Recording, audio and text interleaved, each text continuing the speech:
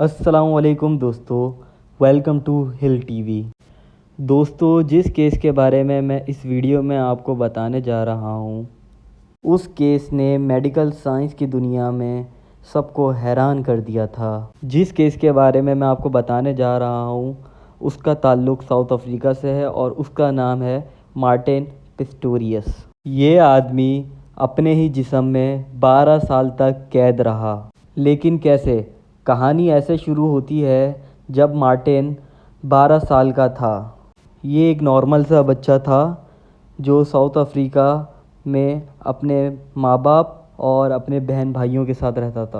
یہ بات 1980s کی ہے جب ایک دن مارٹن کی طبیعت خراب ہو گئی۔ یہ بات 1980s کی ہے جب ایک دن مارٹن کے گلے میں درد ہونے لگا، لیکن مارٹن کو یہ نہیں پتہ تھا کہ یہ درد اس کی زندگی تبدیل کر دے گا۔ جب یہ ایک دن اسکول سے واپس آیا تو اسے سردی بھی لگ رہی تھی اور اس کو فلو بھی ہو رہا تھا، لیکن اس وقت تک کسی کو اندازہ بھی نہیں تھا کہ مارٹن اب کبھی صحت یاب کبھی نہیں ہو سکتا۔ دوستو، مارٹن اب پہلے جیسا نہیں رہا۔ کچھ ٹائم بعد مارٹن کی باڈی نے کام کرنا اور موو ہونا بھی چھوڑ دیا اور یہ آہستہ آہستہ پیرالائز ہونا شروع ہو گیا۔ ڈاکٹرز کو سمجھ نہیں آ رہا تھا کہ آخر مارٹن کو ہوا کیا ہے۔ جب مارٹن کو ہسپتال لایا گیا تو ڈاکٹرز نے دیکھا کہ یہ سانس بھی لے رہا ہے اور اس کی آنکھیں بھی کھلی ہیں، پر نہ یہ کچھ بول بھی نہیں سکتا تھا اور نہ ہی اس کی باڈی موو ہو رہی تھی۔ یہ ایک زندہ لاش کی طرح بن گیا تھا۔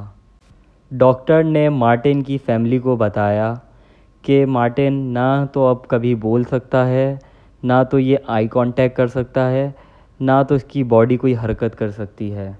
یعنی کہ مارٹن کی صرف وہاں باڈی بچی تھی اور مارٹن کے پاس زندگی گزارنے کے بہت کم دن تھے، اور ڈاکٹرز نے بتایا کہ مارٹن کے پاس بہت کم دن ہیں اور یہ کبھی بھی مر سکتا ہے۔ یہ خبر سن کے مارٹن کی فیملی بہت صدمے میں پہنچی اور مارٹن کی فیملی کے ہوش اڑ گئے کہ مارٹن کی باڈی تو اس دنیا میں موجود ہے لیکن مارٹن ہمارے ساتھ موجود نہیں۔ مارٹن کی فیملی کو کوئی آئیڈیا نہیں تھا کہ اب وہ کیا کریں۔ مارٹن کوما میں جا چکا تھا۔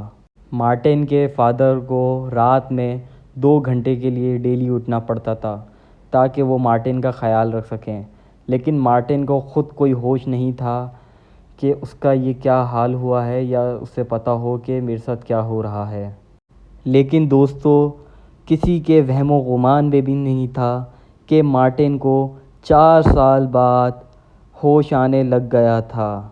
مارٹن کو ہلکے ہلکے ہوش آ رہا تھا اور دوستو، مارٹن کو لگتا تھا کہ اس کی آنکھوں کے سامنے ہر طرف دھند ہی دھند ہے۔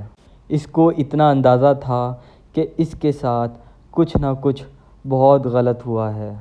مارٹن کو لگتا تھا کہ جیسے کہ وہ کوئی خواب دیکھ رہا ہے، لیکن دوستو، مارٹن کو کچھ ہفتوں بعد ہوش آ ہی گیا۔ لیکن یہاں پہ کہانی ختم نہیں ہوتی۔ اس کے بعد ایک بہت بڑا مسئلہ شروع ہو گیا۔ مارٹن کو آخر ہوش آ ہی گیا، لیکن مارٹن کچھ بول نہیں سکتا تھا اور موو نہیں کر سکتا تھا۔ لیکن مارٹن کو سب نظر آ رہا تھا اور سب سمجھ سکتا تھا کہ کون کیا کہہ رہا ہے اور دنیا میں کیا ہو رہا ہے۔ یعنی مارٹن ایک سنسان جزیرے میں پھنس چکا تھا جہاں یہ صرف تنہا اکیلا خود تھا اور صرف یہ سوچ سکتا تھا۔ آپ امیجن کریں کہ کوئی ہمیں صرف چند گھنٹوں کے لیے بیڈ پہ لیٹنے کو کہے اور ہلے بغیر کچھ سوچنے کو کہے، ظاہر سی بات ہے کہ آپ کا دماغ فرسٹریٹ ہو جائے گا۔ اور مارٹن کا مسئلہ تو یہ تھا کہ یہ اپنی حالت کے بارے میں کسی کو اشارہ کر کے بھی بتا نہیں سکتا تھا۔ مارٹن خود کو کسی جن کی طرح سمجھتا تھا جو کہ خود تو دنیا میں ہے مگر کسی کو علم نہیں۔ مارٹن خود کو کسی جن کی طرح سمجھتا تھا کہ یہ تو اس دنیا میں ہے لیکن کسی کو اس کا علم نہیں ہے۔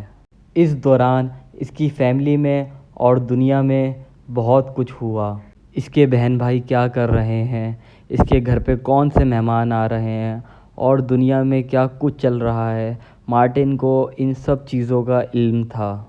یہ خوش ہوتا تھا، دکھی ہوتا تھا، ڈپریسڈ ہوتا تھا، لیکن اس بات کا کسی کو علم نہیں تھا کہ مارٹن ہوش میں ہے۔ اس دوران اس کی ماں نے ایک بار اس پہ چیخ کے یہ بھی کہہ دیا تھا کہ ایک دن تم جلدی مر جاؤ، کیونکہ یہ اس کی ایسی حالت نہیں دیکھ سکتی تھی۔ لیکن اس کو یہ نہیں پتا تھا کہ مارٹن سب سن رہا ہے۔ مارٹن کے فادر نے مارٹن کا بہت زیادہ خیال رکھا اور مارٹن کو سنبھالنے کی ذمہ داری ایک عورت کے پاس بھی تھی۔ دوستو، جب مارٹن 25 سال کا ہوا تو اس کو ایسا لگا کہ وہ پوری زندگی اب ایسے ہی گزارے گا۔ تو ایک دن ایک ایسا کرشمہ ہوا جس نے مارٹن کی زندگی ہی بدل دی۔ وہ عورت جو مارٹن کا خیال رکھتی تھی، اس کو ایک دن ایسا محسوس ہوا کہ مارٹن ہوش میں ہے اور یہ سب کچھ محسوس کر سکتا ہے۔ اس دوران مارٹن نے 12 سال اپنی اسی حالت میں گزار دیے تھے۔ بہرحال جب اس عورت نے اس کی فیملی کو یہ سب کچھ بتایا تو اس کی فیملی اس کو فوراً ہاسپٹل لے گئی، جہاں پتہ چلا کہ مارٹن واقعی ہوش میں ہے۔ آہستہ آہستہ مارٹن کے اوپر بہت ساری تھیراپیز کی گئی اور کچھ ہی مہینوں میں مارٹن کمپیوٹر کے ذریعے لوگوں سے کمیونیکیٹ کرنا شروع ہو گیا اور پھر اس نے اپنی کہانی پوری دنیا کو بتائی۔ دوستو، مارٹن نے کبھی ہمت نہیں ہاری، اس کی بدولت وہ آج بالکل ٹھیک ہے۔